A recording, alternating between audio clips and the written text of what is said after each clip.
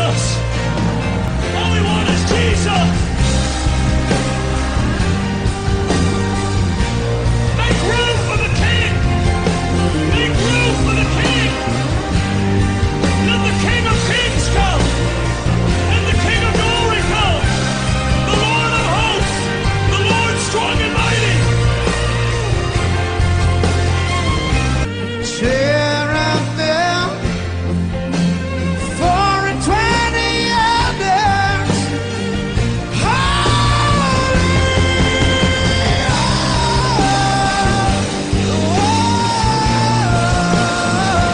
The King. Behold the King. Behold the King. Behold the King. Eu tô sem Precisa, hein? impressora, senhor. Minha impressora estragou. O cara lá perto de casa cobrando 2 contos por página, velho. É um roubo pra mim. Eu acho, R$2 de página de quê? Pra imprimir qualquer página de folha é 2 contos. Não, moço. Uma É. página? Não, moço. Vai no cara ali que eu tô fazendo ali, eu vou passar pro seu endereço. Não, o cara cobrando 2 contos, velho. Não, barato. Esse dia eu precisei imprimir lá 10 páginas lá pra morrer. Baratinho do rapaz ali, senhor. Sim. Eu fiz umas postilhas com ele aqui, eu paguei R$60, eu fiz acho que 3 apostilas. Ó, passa o contato dele depois, Eu velho. vou te passar, eu tenho um zap dele. Nossa, tá doido. Muito bom. Então, aqui é o que a gente vai abordar agora, né? Dentro do nosso conceito aqui. Então, isso aqui é onde está Rapaz. localizado na nossa apostila, na página 7, planícies, vales, página 8, montanhas, página 11, construções humanas, página 27, que é a página final. Só que eu vou deixar a geografia humana para o final. Eu acho melhor, porque se eu colocar a geografia humana aqui, então a gente vai falar de conceitos sociais, como é que era tratado a questão de filhos, família, casamento, vestimentas, esse tipo de coisa assim. Então a geografia humana Voltar mais pro humano mesmo. Né? a geografia humana é que vai tratar disso. Então eu achei por melhor colocar ela no final, só que ela está situada na página 22 da nossa apostila, tá? Então a gente vai entrar dentro do conceito. Vocês vão me ajudar na escolha do que vocês querem respaldar primeiro. Na questão de ler o que está dentro da nossa apostila ou na questão de eu continuar com a cartografia. Eu acho que a cartografia é bem melhor para se situar. Eu acho que eu ia falar isso, cartografia, eu acho que é Tá? melhor. Porque a gente tem informação na apostila escrita, mas na cartografia a gente tem a informação Fala a sua daquilo opinião. que se vê. Pode ser. Pode ser o quê?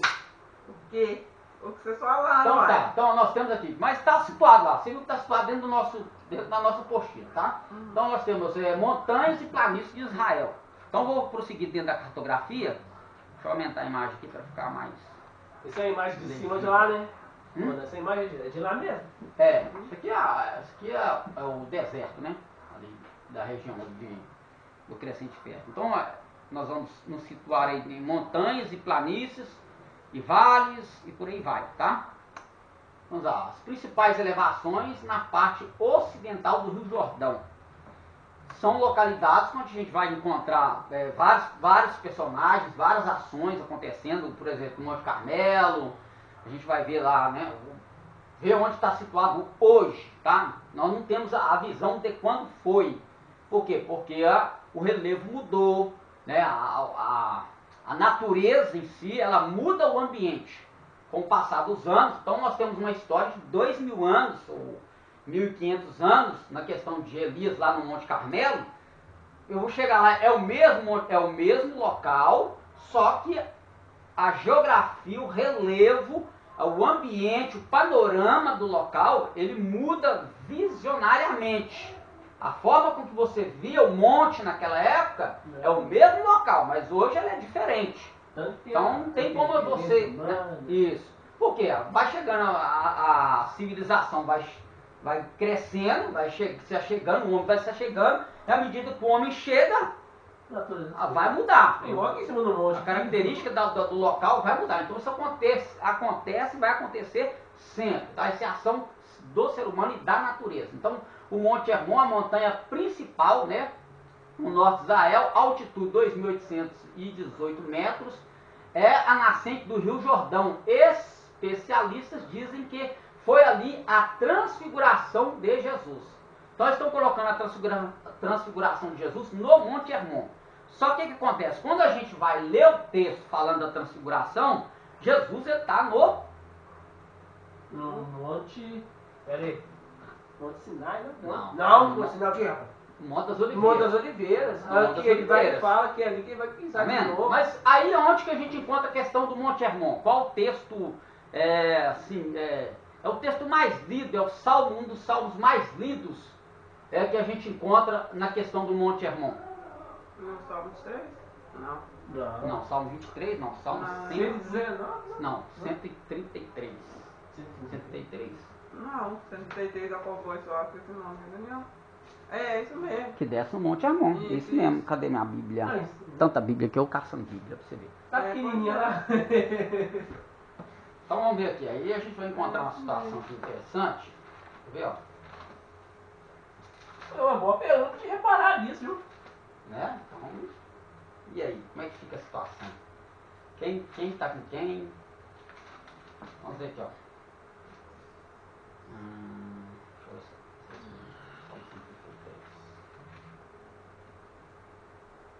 se isso. Vamos ver aqui, ó. Ó, quão bom e quão suave é que os irmãos vivam em união. É como o óleo precioso sobre a cabeça que desce sobre a barba de Arão, e que desce a orla das suas vestes. Como o orvalho do Hermon que desce sobre os montes de Sião, porque ali o Senhor ordena a bênção e a vida para sempre.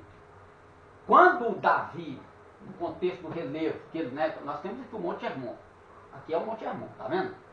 Quando Davi está, é aquilo que eu falei, a mudança geográfica já aconteceu, então essa aqui é a visão de hoje, tá? Do período de hoje. Então quando Davi estava citando esse salmo, isso aqui é um salmo de peregrinação. O que é isso? É o momento em que os judeus, eles iam para Jerusalém para praticar qualquer festa, fosse Páscoa, cabanas, primícias e outras mais. Então existiam momentos de peregrinação. Então alguns salmos foram escritos nesse período. Então quando ele está falando, ó, quão bom e quão suave é que os irmãos vivam em união, se viver não é morar junto. É porque eles caminhavam, tá? Eles estavam caminhando para Jerusalém. Essa união que ele está falando é do trajeto que os irmãos faziam em união para isso, tá? Então esse salmo ele faz alusão a isso. Quando ele vai falar sobre o Monte Hermon aqui na questão de como o orvalho do Hermon, ele está citando o orvalho do Hermon que desce sobre os montes de Sião. Então o que acontece? Qual que era a questão? O que acontece aqui? Sendo o pico mais alto, é onde Aquela neblina. constantemente, o que fala de orvalho, havia gelo, tá? Os picos congelavam no período do inverno, congelavam. Quando via o período quente, congelava. Aqui, ó, os montes de Sião, o rio Jordão, a nascente do Jordão, ela é Lá em cima. abastecida pelo Hermon. No período de seca, os rios praticamente estavam perdendo água. Quando um rio passa a secar, toda a natureza vai mudar, tá? A fauna vai mudar, a flora vai mudar, as plantas vão começar a murchar, grama vai faltar, aí os pássaros têm que migrar, os animais têm que migrar. Então a morte assim no sentido físico, começa a imperar no lugar por causa da seca. Só que como o Monte Hermon ele sempre mantém geleiras, nesse período quente, o que acontecia? Acontecia o degelo. Esse orvalho aqui, ó, acontecia o degelo, vinha o vento do sul, soprava, então ele regava, tá? Ele caía, esse orvalho caía sobre a relva, mantinha a flora, como mantendo a flora, a fauna não sofria. Aí acontece, o degelo vinha e abastecia o Jordão. Por isso que o Jordão, ele muito dificilmente, ele secava 100%. Por quê? Porque todo ano o Jordão, ele mantinha águas. Dá pra comparar Sempre. Jesus, É isso. a água da vida. Exatamente, é isso aí.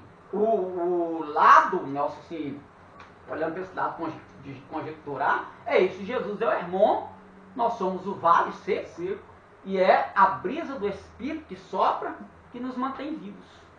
Então nós não precisamos deslocar Oh, incrível. para correr. É isso que eu acho. Então é isso. Então fala disso, entendeu? A expressão geográfica, o momento, tudo tem sentido, né? Então quando você observa o relevo, observa o que está acontecendo no ambiente, você extrai para a sua vida muitos ensinamentos. E aqui nessa questão do salmo de peregrinação, uma delas é este. É o Hermon mantendo a vida. Então Jesus ele mantém a vida do vale. Tá? Então é isso. Então tudo tem significado. Então o Hermon ele tem a sua importância e a gente vê ele em várias passagens bíblicas, quanto outras, né? Aí mais um pouquinho do Hermon, já bem geladinho, né? Já tá, o bico dele está bem coberto de geleiras, né? E aí o Rio Jordão, tá vendo as águas do Jordão? Lembra lá quando, aqui é a Vale do Jordão, essa caverna aqui, ó. Essa caverna, lembra quando Jesus falou assim, lá em Mateus capítulo 18, 16 ou 16, 18? A mente está falhando. Vamos ver aqui, ó. Jesus vai falar assim, ó, presta atenção. Não está na coisa, não, como a caverna já está ali, eu vou aproveitar a imagem dela e dar uma informação para vocês.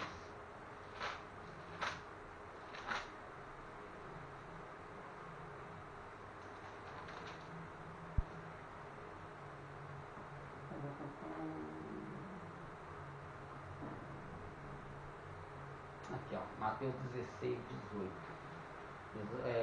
Aí vai ter aquela confissão de Pedro, né? Vai perguntar quem diz os homens que é o filho do homem, aquela coisa toda. Mas no versículo 18, já falei alguma coisa sobre isso aqui, no versículo 18, vai estar assim, ó. Pois também eu te digo que tu és Pedro, e sobre esta pedra ficará a minha igreja, e as portas do inferno não prevalecerão contra ela. Quais portas do inferno Jesus está falando? Jesus está falando, Jesus está aqui com os discípulos, falando, perguntando, tá? Aqui na próxima Jordão, perguntando qual porta do inferno. Jesus estava aqui, ó. Essa caverna aqui, ela era conhecida como portão do inferno. É uma caverna tenebrosa, profunda, obscura. Então, quando o judeu passava próximo a essa caverna aqui, eles tinham aquele sentido de algo pavoroso, de horror, um sentido como se fosse a escuridão do inferno. Então, o medo que eles tinham dessa caverna, dessa localidade, era tamanha que para eles era o próprio inferno. Então, o que acontece? Jesus não está falando que as portas do inferno vai forçar a igreja. Não é a igreja que está com medo de entrar. Presta atenção no que Jesus estava querendo passar para os discípulos. A igreja está com medo de entrar, mas ela tem poder para empurrar o inferno. Ou seja, Jesus estava usando o local para dar um ensinamento para os discípulos, usando a geografia do lugar para dar um ensinamento para os discípulos. Quando as portas do inferno não vai prevalecer contra a igreja? É o inferno empurrando? Não. É a igreja empurrando o inferno. Então o medo de entrar era tamanho, Jesus falou, vocês não precisam se preocupar com o inferno não, porque vocês são mais capazes do que o próprio inferno. Ou seja, vocês têm mais força, mais luz do que a escuridão dessa caverna conhecida como porta do inferno. Então, é isso que Jesus estava passando para os discípulos. Tá? Agora a questão de Pedro, Petro, isso aí é outra coisa. Mas a questão de porta do inferno é isso. Então o medo, o pavor que eles tinham de nem passar aqui com medo do que poderia vir de lá. Mas isso aí por causa do medo em si, da pessoa, o pavor que se tinha, né? Conhecido como phobos no grego, phobos, que é medo, pavor. Então eles tinham esse pavor. Aí Jesus falou, não precisa ficar com medo não. Vocês são mais fortes do que o inferno. Então, ou seja, se vocês entrarem não vai acontecer nada. Então é isso, a igreja ela não tem que temer o inferno, porque ela é mais poderosa do que o inferno. Então era isso que Jesus estava passando aqui, nessa caverna aí. A caverna apareceu aí, eu resolvi falar. Mas aqui o Jordão, então o Rio Jordão, ele é abastecido, né, pelo Monte Hermon, o pico do Monte Hermon, e nós temos, né, quando Josué vai atravessar para Canaã, então ele vai fazer o quê? O Rio Jordão, né? Eles vão, os sacerdotes, né, diz o texto que os sacerdotes vão vir na frente, eles vão parar com a arca, quando eles colocarem o pé na água, o Jordão vai secar. Secar assim, no sentido, as águas vão recuar para a direita e para a esquerda. Tipo o Mar Vermelho? Exatamente. Era Deus provando, e Deus falou que ia provar para o povo que Deus era com Josué. E foi aqui o primeiro sinal. Por quê? Porque foi através do Mar Vermelho, na travessia do Mar Vermelho, que o povo verdadeiramente começaram a ter mais temor de Deus, apesar do bezerro do bezerro. Mas foi ali que eles começaram a ver o maior sinal do livramento de Deus. Então, quando Deus falou assim como eu fui com Moisés, assim como eu fui com Moisés, eu serei contigo. Então, Deus começou a honrar Josué, foi aqui. Que na hora que ele mandou o sacerdote entrar, quando o sacerdote colocou o pé na água, o Jordão, e era período de enchente, tá? Onde as geleiras do Hermon já estavam, assim, descendo a rodo, não tinha como passar. Ninguém passava. Mas o que aconteceu? Um milagre aconteceu, que Deus veio separou. Seria como se Deus tivesse feito uma barreira aqui e eles atravessaram, né? Então, o Jordão, claro que aqui é onde está mais próximo à nascente do Jordão, né? Isso aí foi mais para baixo do Canaã, né? O Monte Tabor fica na Galiléia, perto de Nazaré, a altitude 615 metros. Outros especialistas creem que foi ali que ocorreu a transfiguração de Jesus. Dali foi que Baraque desceu para derrotar Cícera.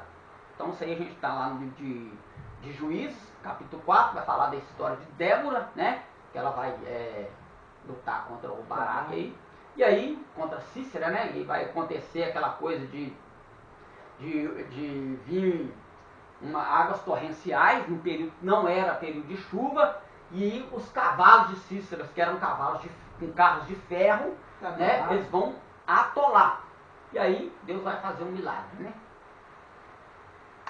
Tá chovendo. Monte Tabor, aqui ó, mais uma figura do Monte Tabor. Ele é bonitaço, né? É, alto, bem alto, né? Bem alto.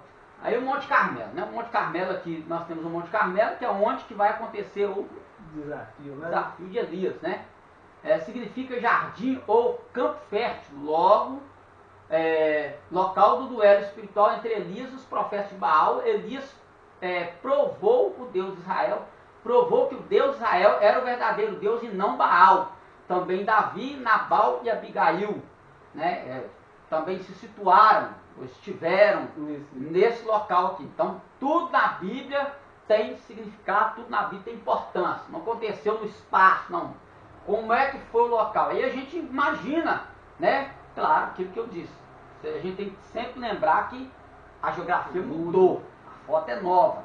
Mas a gente já tem uma visão mais ou menos de como é que poderia ocorrer essa situação, desse desafio, do que Davi passou com Nabal e Abigail, né, onde se encontraram. Abigail vai vir, né, com seus presentes para apaziguar a ira de Davi contra o abençoado Nabal, né, que depois vai morrer lá também. E aí a gente já conhece toda a história. Então, o Monte Ebal, que quer dizer pedra, e o Gerizim ficam na Samaria, montes da maldições e bênçãos. Ali Jesus revelou-se à mulher samaritana. Então, o Monte Gerizim e o Monte Ebal. Nós temos aqui Sherem, que é Siquém, né? Uma cidade de Siquém, fica aí entre o Monte Ebal e o Monte Gerizim, que tem uma profecia também a respeito dos mesmos, tá? Então, as principais elevações, na parte ocidental do Jordão, nós temos o Líbano, a Montanha Branca, corre paralelo ao mar Mediterrâneo por 170 quilômetros, a altitude varia de 1.000 a 3.000 metros. Então, de 1.000 a 3.000 metros a nível do mar é muita coisa, né? É muita coisa. Então, a gente às vezes fica com certa, como é que eu posso dizer aqui? Com certa preocupação de, eu vou buscar Deus na montanha, eu vou buscar Deus no monte. Às vezes a gente fica até meio relaxado, né? Claro que isso é um costume para pentecostais, né? Que tem gente que não faz caso nenhum, que para ele orar dentro de casa, na mente dele, orar dentro de casa, orar no monte é a mesma coisa. Eu não acho. Eu acho que no monte você tem um pouco mais de liberdade, você pode espelhar, você pode gritar. Mas claro que hoje em dia também, até no monte, no monte, às vezes até melhor você ir com alguém só para chegar lá e depois orar num canto sozinho. Porque você ora aqui, depois o cara já está profetizando tudo que você orou. Já te ouviu falar tudo, aí chega, então tem que ficar esperto também. Né? Por isso muita gente não gosta que membros seus vão a monte, por causa de muitas coisas, de pessoas carnais que vão para brincar, ou seja, para se deixar influenciar pela emoção, ouvir o que a pessoa falou e depois chegar e falar que foi Deus, né?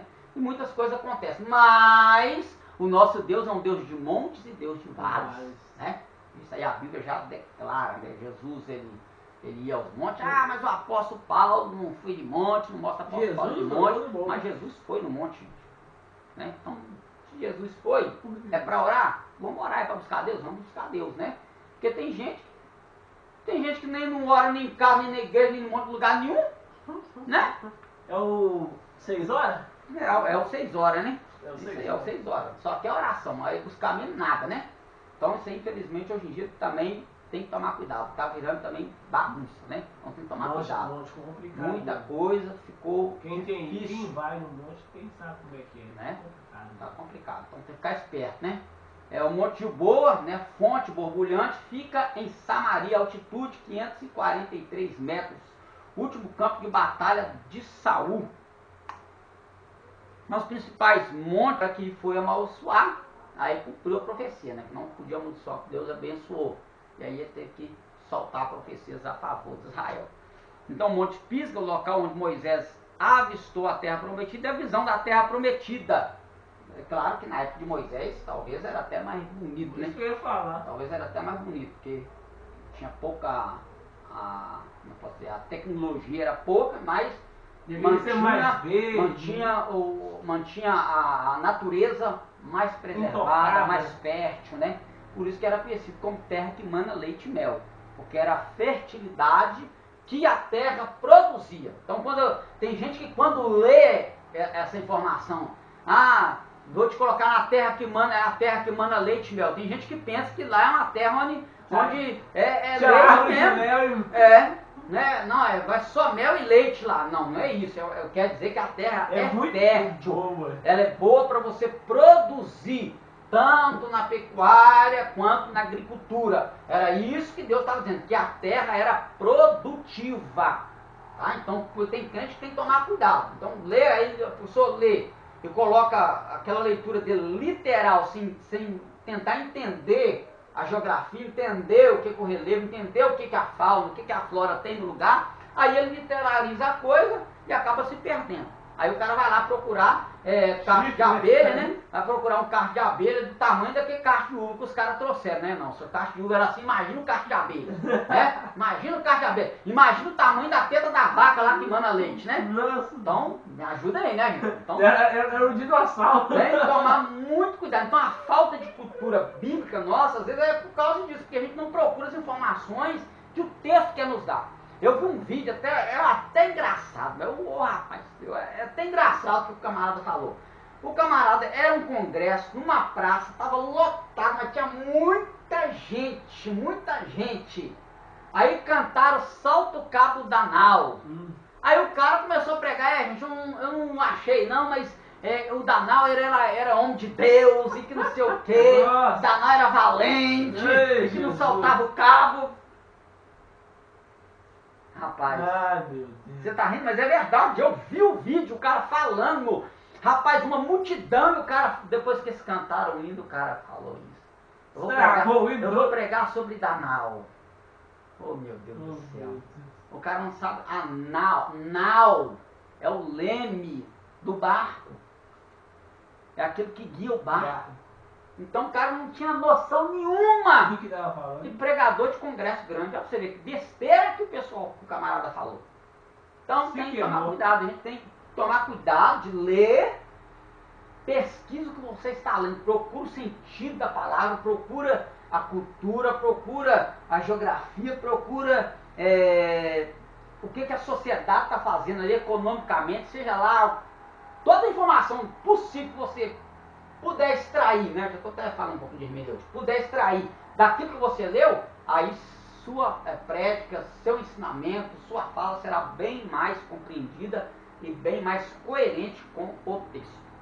Isso é importante também, tá? Feliz que Moisés não entrou ali, né?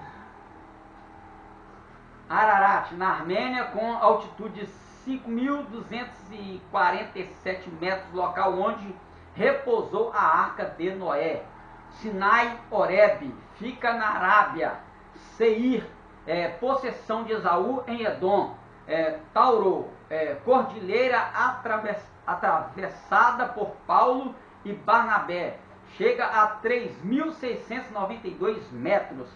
Imagine você fazer um percurso missionário numa região dessa. O quanto que as pessoas tinham que andar, seja que fosse de camelo, jegue, cavalo, burro a pé, de barco atravessando, seja como fosse. A coisa era bem mais difícil do que hoje. Eu acho que né? ainda era grande maioria, ainda era a pé, porque nem sempre se encontrava um animal É. que conseguisse andar tanto tempo. Exatamente. Então, às vezes, para fazer uma travessia de barco, às vezes também era perigoso. Perigoso. Né? Perigoso, às vezes talvez até mais perigoso do que você fazer travessia a pé, né? De uma região aí. A terra de Canaã, propriamente dita, se divide em 3 grandes regiões. Nós temos a primeira, a orla marítima, Planalto Central e Vale do Jordão, né? Então aqui nós temos o Vale do Jordão. Nós temos aqui o Vale do Jordão. O central, né? O primeiro que foi a orla marítima, né? Claro que é o contorno, isso aí já está implícito na visão, né? E o Planalto Central. O Planalto Central seria aqui. Então nós temos toda a região que o Evangelho foi pregado em primeira mão, tá? O Evangelho, as histórias bíblicas vão ocorrer nessas regiões.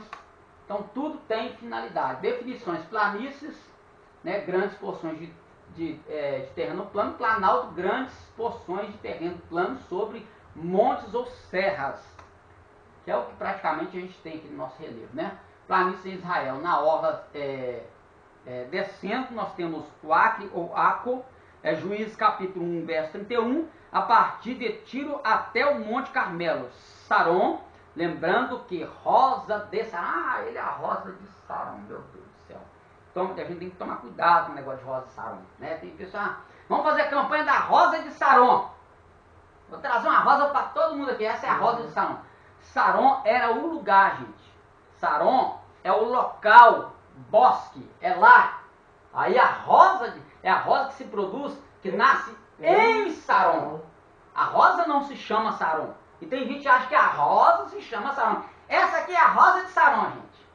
Não. A rosa ela só nasceu lá. Só nasce naquela região. Tem um período específico que ela nasce, um período específico que ela dura. Então, quando o texto vai falar de Rosa de Saron, ela não está falando da rosa em si, ela está falando do local, do bosque que a rosa aparece, tá? Então é isso. Então, terra rica e produtiva logo abaixo do Carmelo. Filistia, a maior extensão, nasce em Jope e vai até Gaza. Tel Aviv, capital de Israel, está nessa planície. Capital de Israel hoje, tá? Hoje. Quem é capital de Israel não é Tel Aviv, é o quê? Jerusalém. Tá? Então, aí a gente, Filistia, aí, lembra lá da raiz que eu falei? De Palestina? Isso, Palestina. Hoje tudo que acontece na Palestina.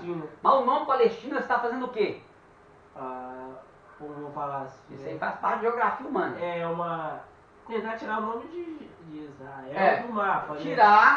Tirar o quê? O sentido de posse do povo hebreu, do povo de Israel, ser o dono da terra. E falar Porque a terra é terra de Israel, não é terra da Palestina.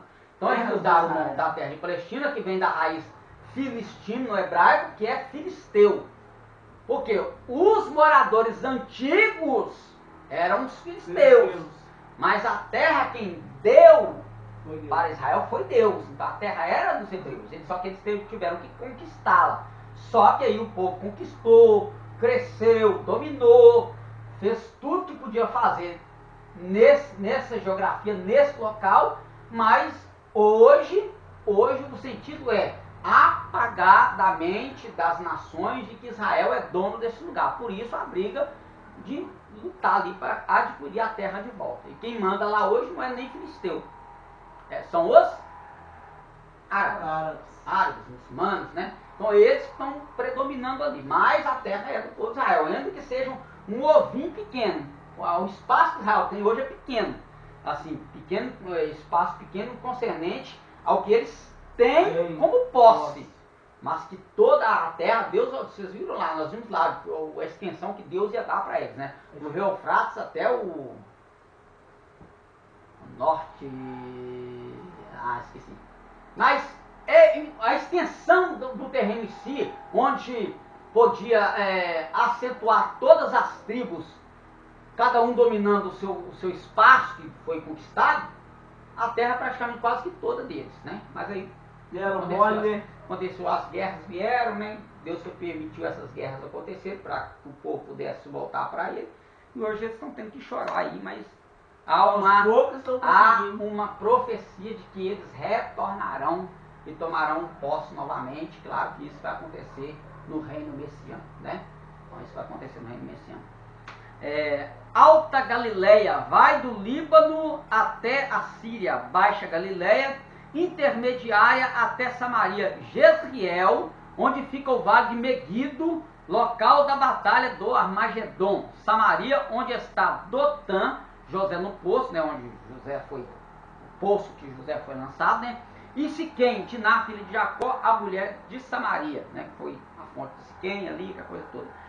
Judéia, vai até Berseba, Negev, ou Negev, né, o Monte Negev, região árida, seca e extensa. Vale do Meguido, então é onde vai acontecer, né? Aí a gente já tem uma visão panorâmica. Imagine você, uma multidão passando desse vale.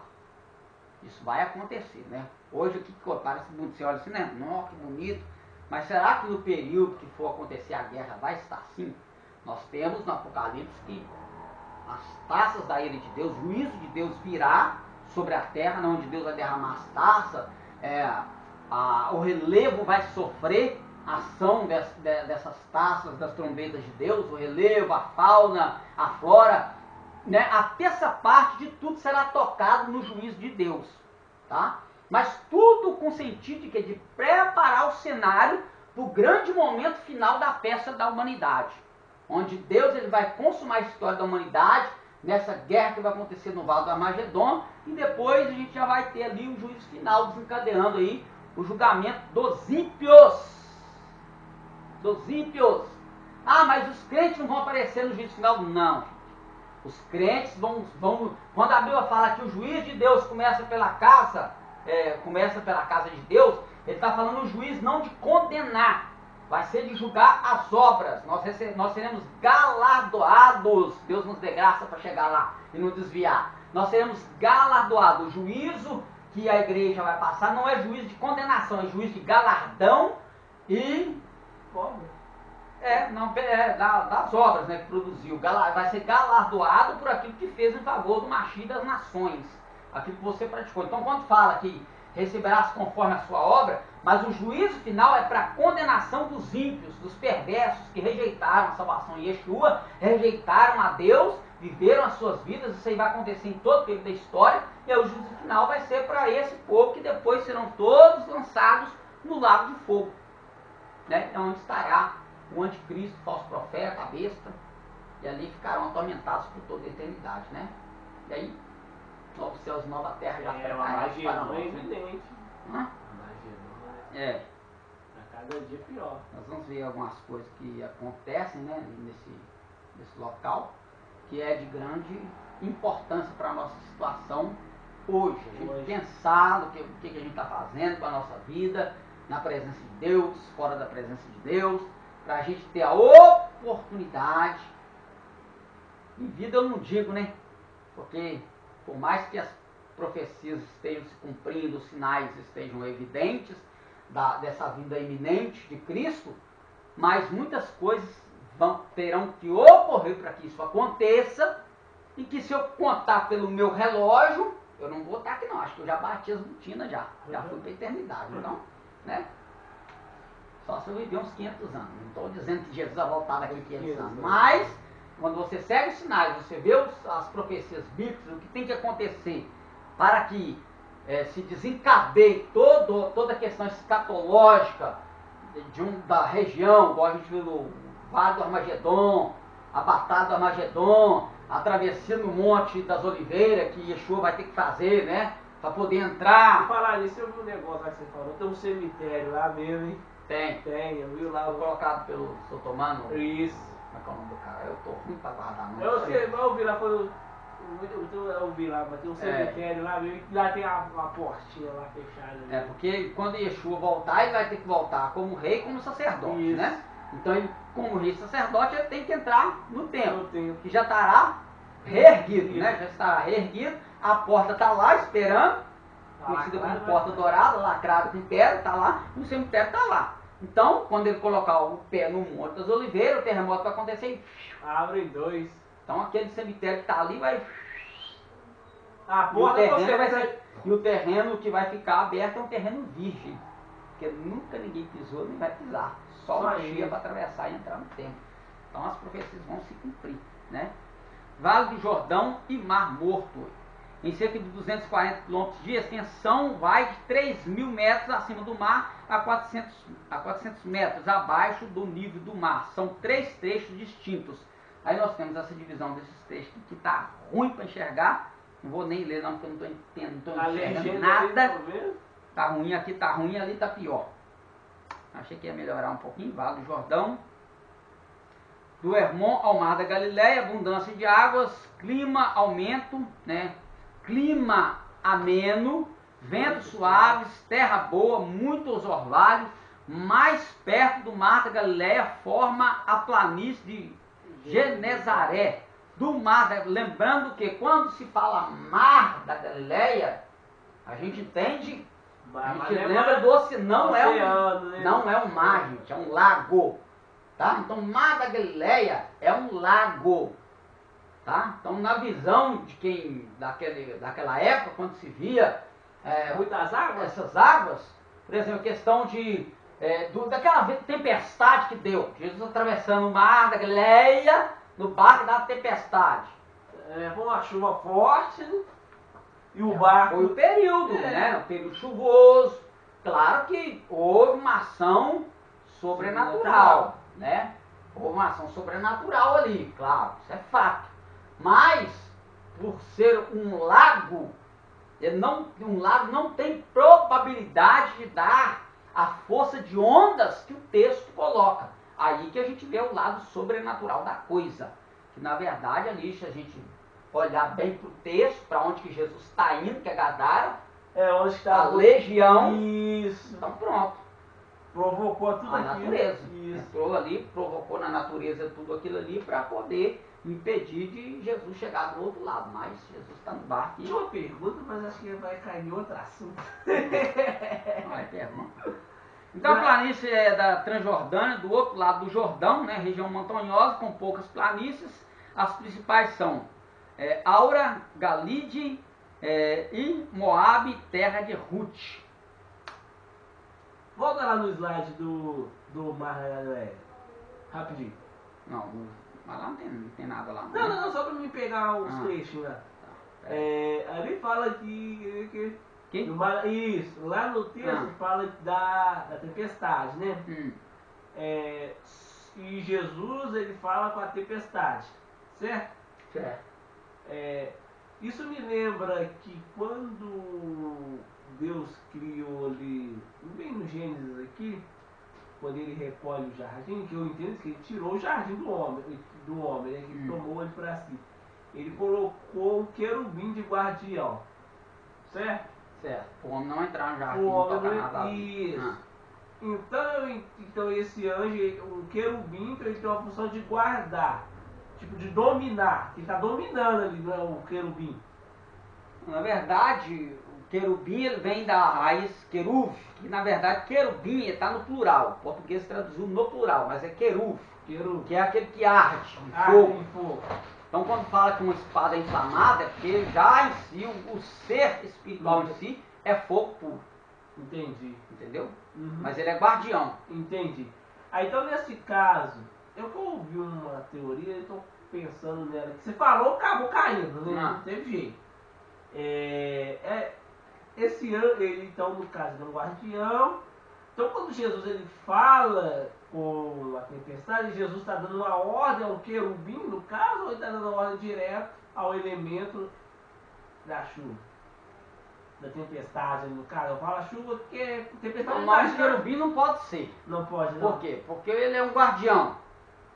Certo. no mundo espiritual, cada anjo tem a sua finalidade. Isso. Nós temos ele uma ação da natureza, e é o próprio texto já diz, ele falou com as forças da natureza. Agora, se essa força da natureza, É como ela está agindo de uma força espiritual, aí eu não posso deduzir que seja um querubim. Aí eu tenho que deduzir que seja um demônio. Ou a legião que está lá atormentando aquele lá, então ele não é onisciente, mas já sabe que Jesus veio para desfazer as obras do diabo. Lógico. Então, uma das E obras do querendo diabo era libertar. Quando o né? diabo soube que Jesus tinha nascido, ele ficou o tempo todo perto de Jesus. Rodeando. Então ficou todo o tempo rodeando, procurando brecha, aquela coisa e tal. Então quando ele dá ordem, cala-te, venta, quieta, te mar, ele está falando com a natureza. E não com o guardião. Não, querubim não. Querubim ele é protetor, ele tinha que no mínimo ser alguém que ia proteger, sem Jesus precisar mandar falar nada. Apareceu um querubim lá e parou o vento. Tá?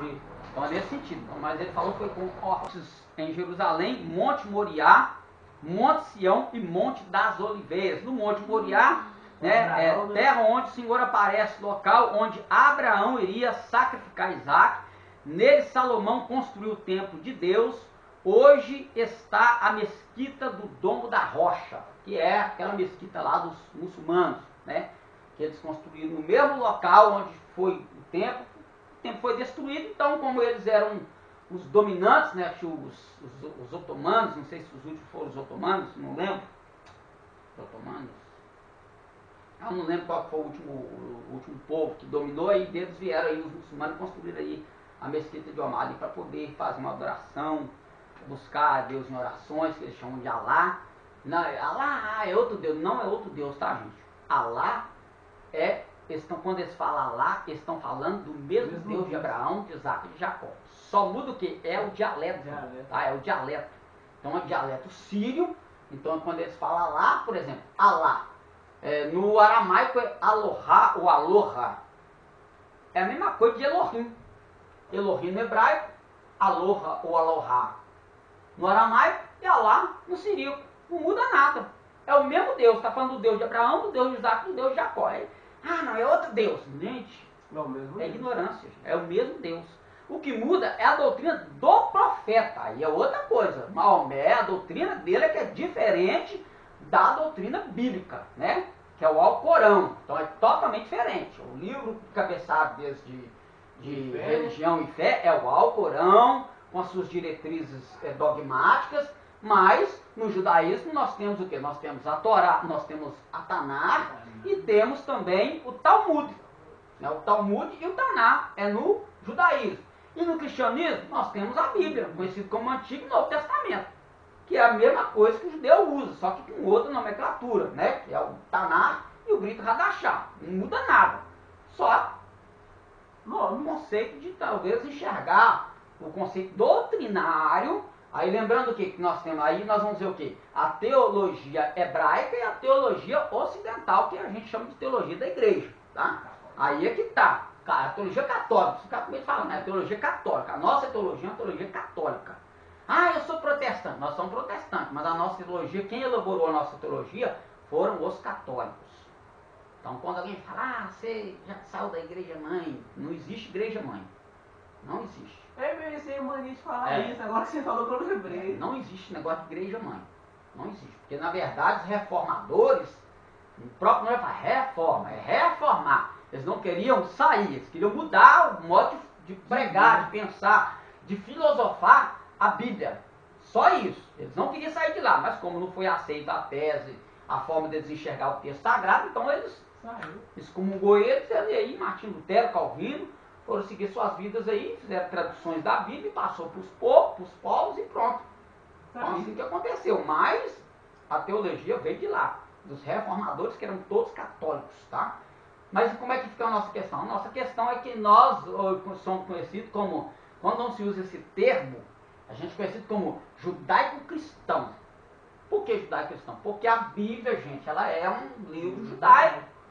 O Novo Antigo Testamento é um livro judaico, ele não é um livro alemão, brasileiro, inglês, americano, chinês, não é. É um livro judaico. Nós é que fomos inseridos lá.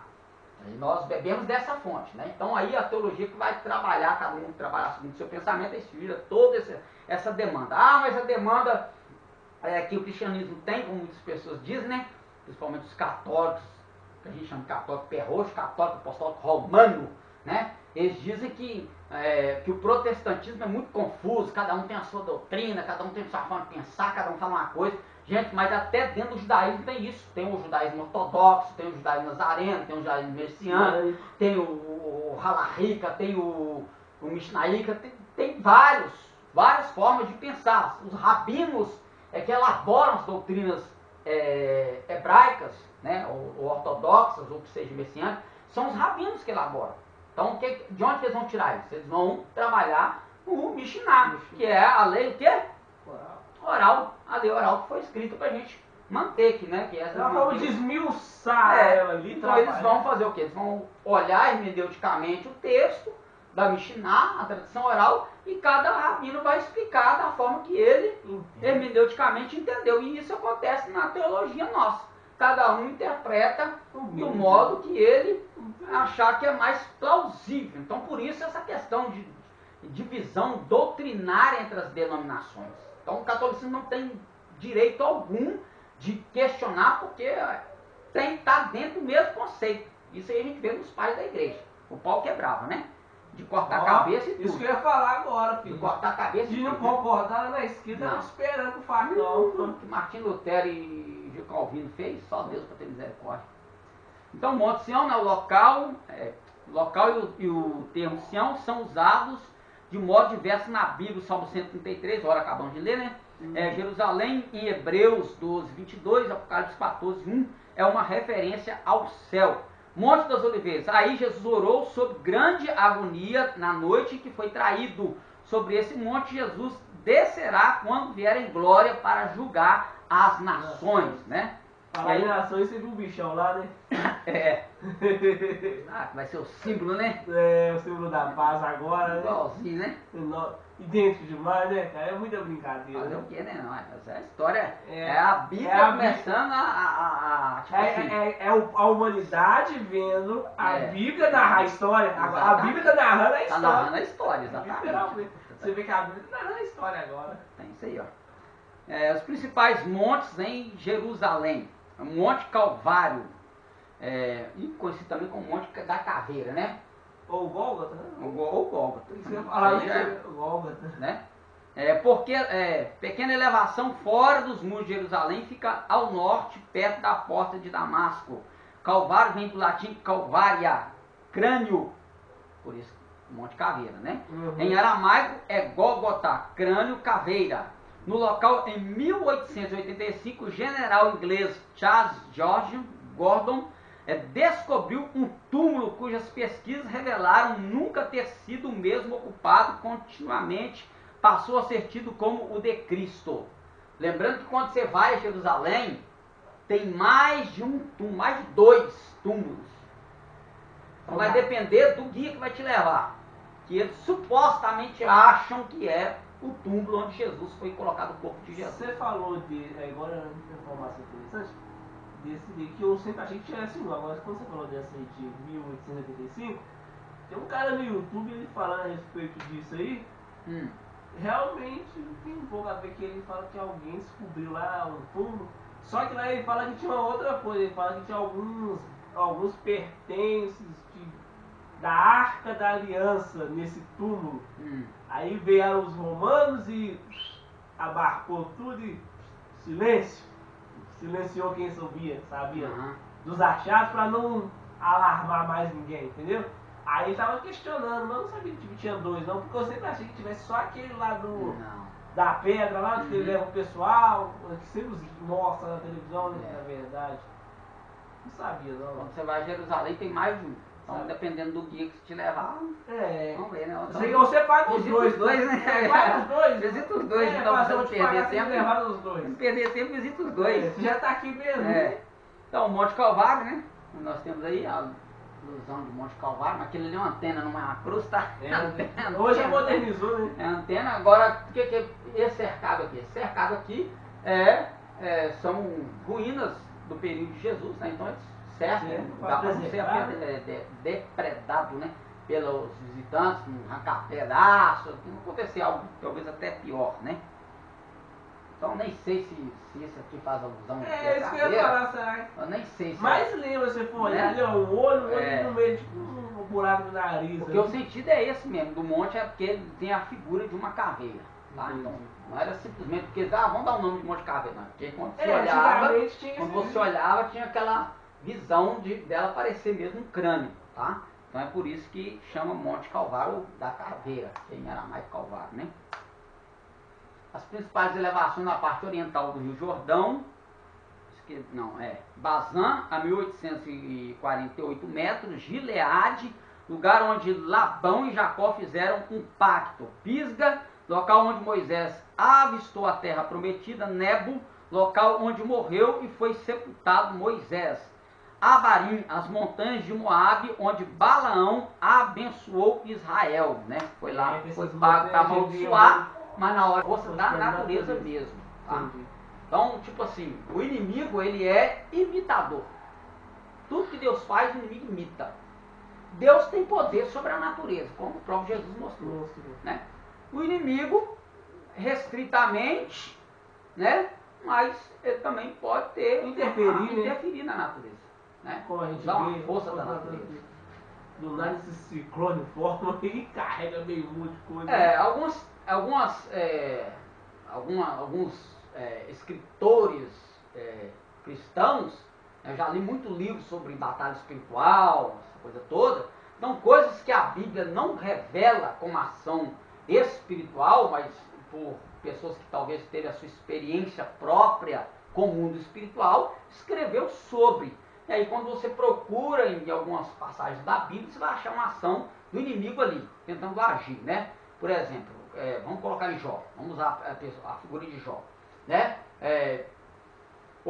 Deus disse para o diabo, né, para Satanás, tocar em tudo que Jó tinha, mas poupar-lhe a vida. Não teve um vento lá que derrubou a casa, os filhos, matou tudo. Esse vento, quem causou esse vento? Tem que ser, porque Deus falou, toque em tudo quando tiver, mas poupa-lhe a sua vida. Né? Uhum.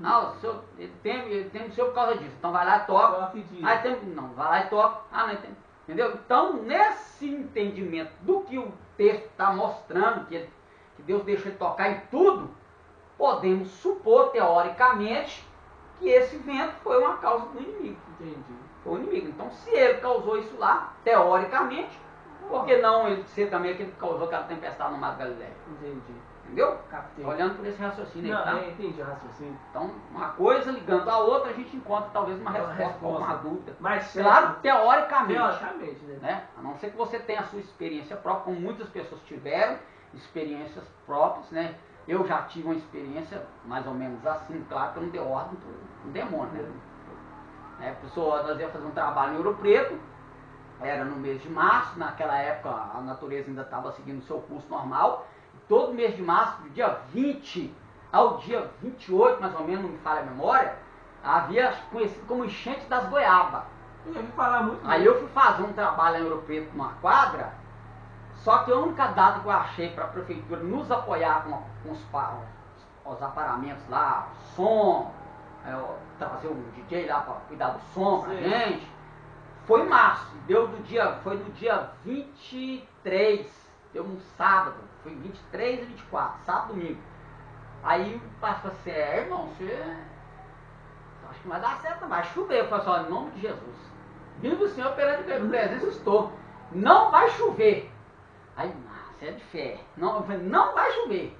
Aí no dia, rapaz, fechou o tempo. Mas não, em nome de Jesus, não vai cair uma gota de água aqui. Tem nas capas. A nuvem fez assim, ó, a chuva foi contornou Ouro Preto todinha, mas lá não caiu uma gota d'água. Glória a Deus, glória a Deus.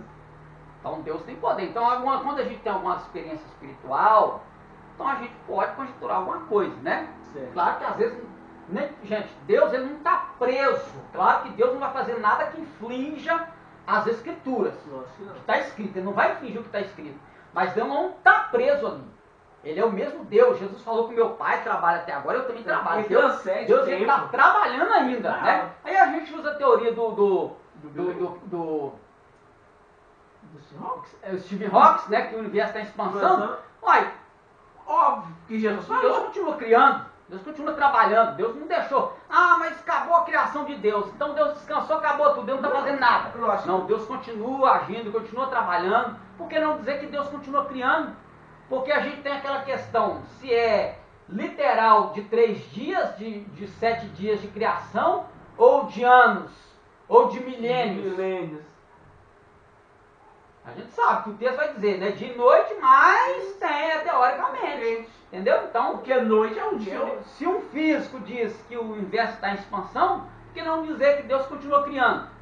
E todo dia aparece a teoria nova. Claro que a Bíblia não é livro de ciência, é um livro de religião. Religião. Mas a gente olhando para esse livro de religião, dentro da nossa fé, a gente consegue assimilar alguma coisa científica nela. Né? Mas o cientista não vai Igual aceitar, o mas a Day, gente aceita. o Day que defende ali que a Terra foi criada em espaços de tempo. Passos de tempo, né? Foi dias literais. Isso. Então é isso aí. Israel. Vale de Israel, Vale de Rinom, ou Guiena, É ao o sul de Jerusalém, junto o quê? Porta do Oleiro. O que é que a gente falou ou a gente só comentou sobre o inferno? Nós comentamos aquele dia. É? Foi. Fogo, arde, né? Ficou perguntando Fogo não se apaga, o bicho nunca morre. que Jesus deu É exemplo. o lixão da cidade. Isso. Então Jesus viu o que Onde estava que muitas vezes acontecendo matava ali. o povo, colocava o corpo lá e cheio de gases, e estourava Exatamente. e o fogo queimando lá. e Então Jesus o fogo lá não se apagava porque era o lixão da cidade. Então as pessoas que eram encontradas mortas, os corpos eram jogados Isso. lá, para não ter contaminação dentro da Da cidade, cidade, não isso. contaminar a cidade. Então, um estado de putrefação, fogo Fogo, constantemente. Gás, Fogo, que fogo, querendo ou não, gás. bicho para tudo quanto é lado, um corpo que está se decompondo hoje está com bicho, o outro que já está lá, já Já tem 2 dias depois que aquele morreu, aquele também. Então, por isso que Jesus, olhando para aquele local, Ele né, exemplificou. ele mostrou que o inferno existe, olhando para aquele local para explicar como seria, para eles terem uma ideia do inferno mesmo, que é o Guiena, tá? Que é o Guiena, não é o Hades, tá? Depois a gente vai ver se quando estiver falando de, ou na escatologia, ou sobre o homem, falando sobre o Hades, Guiena, né? Hades, Guiena e Tártaro. Então, 3 nomes que você encontra talvez no texto bíblico, que no português deduz a mesma tradução como inferno, mas que no texto bíblico original não é isso. Então a gente vai quebrar essas coisas que o português colocou na nossa mente, tá? Igual ali no final lá no. Guiena aqui é o lago de fogo, Isso tá? que eu ia falar. Lá no Apocalipse ele trata diferente, né? Quem fala que o João fala, eu vi o inferno e a morte sendo lançada No lago de fogo. lago de fogo. É. Então quer dizer que o lago de fogo é pior do que o inferno. Pior que o inferno. Que na verdade, inferno, a palavra inferno, não posso falar. Falando de geografia.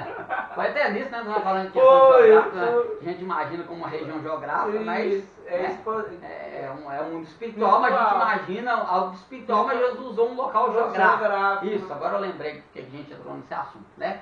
Mas, vamos deixar para Vamos deixar pra depois, vamos deixar. né? Senão, Jesus usou com ilustração do inferno. Foi. Marcos, capítulo 9, 43, 44, pois havia fogo ininterrupto nele. O rei Josafá o cobriu com os ossos humanos e o tornou imundo. Depois do cativeiro babilônico, o vale passou a ser usado para queimar cadáveres de criminosos e animais e também o lixo da cidade.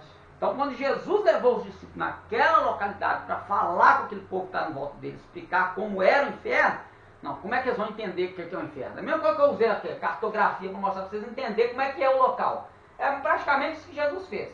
Olha, eu vou falar do inferno aqui e vocês olham para ali. Então, vocês vão vendo o que está acontecendo lá e imagina para onde que vocês vão. Tipo isso. Entendeu? Do Jesus inferno. usou o lugar para exemplificar. Usou a o realidade. local geográfico para explicar o lado espiritual da coisa, a realidade espiritual da coisa, né? Então, quando a pessoa lê assim, essa informação, sem estas informações aqui, ele já pensa no inferno em si, assim, já na cara. Pegando Então, fogo. aí ficou todo mundo lá imaginando o inferno. Não, esse cara olhando pro vale, olhando pros corpos com bicho e fogo, e aí eles começaram a ter ideia.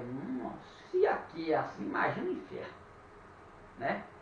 Na verdade, lá vai ser depois traduzido como Hades. O que era o Hades? O Hades é o inferno. O que é o Hades? A gente vai ver depois. O que é o Hades? Então, aí o Vale de Israel ainda é Escol, né? Que é cacho, ao sul de Hebron, de onde os 12 espias trouxeram um gigantesco cacho de uvas. É até meio que... Contraditório. Não, contraditório não, é... Como é que fala? Meio que fora. Expressão não, tem uma... Ai. Não, tem uma expressão, tipo assim... qual é a expressão? Não, porque tá na cara. Escol significa cacho.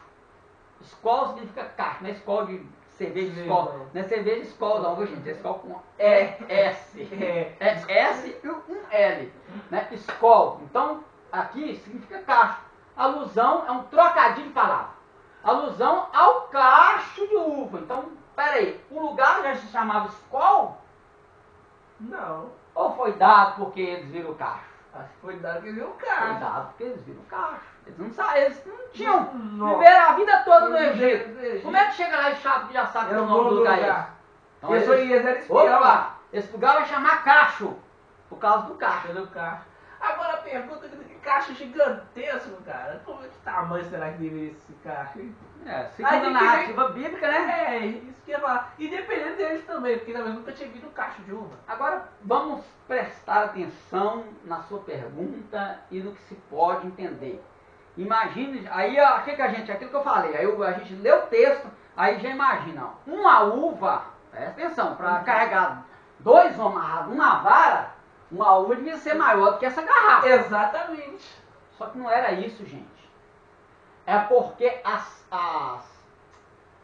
vides que produziam as uvas, era assim, a abundância era tamanha em um cacho, em uma parreira, que eles carregou foi praticamente quase que a parreira inteira, porque não dava um cachinho igual hoje, dava um cachinho aqui, cachinho ali, cachinho... Não, quase que se você não tinha espaço para folha, de tanta uva que dava numa parreira. Então o que eles fizeram? Opa, já vamos levar a parreira inteira. Por isso os camaradas chegaram, 2 camaradas carregando uma vara. Descarregou. É a parreira inteira. Entendi. Entendeu? Então a gente imagina, ó. E a uva? Não, aí a gente fica procurando o tamanho da bolsa da Cláudia. Não existe não, né? Não existe não. Não fica, então a nossa mente não pode conjecturar a coisa literalmente. Tem coisas na Bíblia que vão ser literais. Mas depende de como você verá como literal. Então a gente tem que raciocinar. E aí onde os críticos vão pegar a Bíblia e dizer, tá vendo? Ah, que mentira, como é que pode? 2 vamos carregar um cacho de uva. Cadê esse cacho de uva então? Me mostra ele aí. E aí? Mas aí você vai para a coerência do texto. O texto não diz que eu falei isso aqui, né? Que terra que manda leite e mel é a produtividade que a terra produzia. Era a fertilidade. Então tudo era com abundância. Tudo era com abundância. Então o fato de se levar o cacho, quando fala o cacho, não está falando de cacho só, 2 cachinhos. Era uma parreira cheia. Então aí eles viram aqui verdadeiramente a terra produz leite e mel. É uma terra boa, produtiva, fértil. Né? Por isso o nome crescente fértil. Igual o Brasil, da região. Né? Hebron, União... 35 quilômetros ao sul de Jerusalém, há também uma cidade no mesmo nome. Ali está também a sepultura de Sara, Abraão, Rebeca, Isaac, Lia e Jacó. Refaim, local de gigantes. Os valentes de Davi atravessaram esse vale só para buscar água para o rei. Ali Davi venceu os filisteus 2 vezes. Siquém, ombro, né, entre os montes Gerizim e Gebal, que a gente foi lá, estava escrito lá Shechem, né, que era Siquém. Sorek, terra de Dalila, distante 21 quilômetros de Jerusalém. E Terebintos, né, terra de Terebintos, aquele filme lá da Globo, não, tá, gente? Onde Davi venceu o gigante Golias. Lembra lá do filme? Não, né? Pois é. filho de Golias, Davi Golias, Então nós vamos parar por aqui. Ele é aquela puta, uma inteira. Vamos parar por aqui. Na próxima hora a gente vai para o nosso leitura do nosso material para nós fecharmos o nosso assunto. Amém? Amém. Em nome de Jesus. E pra quando que eu trabalho, pastor? Te apresentar? Ano que vem. Hã? Ano que Ano que vem. vem? É, ano que vem. É ano que vem, né? Ano que vem. Ano que Pra vem. março, né? Março não, é janeiro. Aí. Março Claro não. que não. Não, eu já pedi já, ué. Eu já- Não, eu ai, já vai pedi o ter que trabalho. dar tempo, a gente, a cabeça da gente tá quente, é tantas coisas, meu Deus. Me ajuda. Gosta de me embromar, Cláudio. Já percebi. Ah, Cláudia ela gosta, né? Ela Meu gosta. Deus do céu. Já percebi que ela nasceu pra me embromar. A cabeça tá tão perturbada assim. Tem. Vambora, Claudinho. Bom. Já quase chover? Esse que ia falar, porque eu não esqueci, eu esqueci o guarda-chuva, você acredita? E meu guarda-chuva tá ruim pra danar, tem que levar pra arrumar. Compra outro, gente. Não, não compraram não, reforma aqui é bom demais com Comprei guarda-chuva. foi capa. Você comprou? Ah, não carrega guarda-chuva mais não. Nem. Era carregar guarda-chuva, o vento. Blá! Ou então eu colocar no lugar e ficar pra trás e tomar chuva. Falei, não, vou comprar capa. Agora eu carrego a capa dentro da mochila. Sabe que é grandão? Que é grandão? Ah.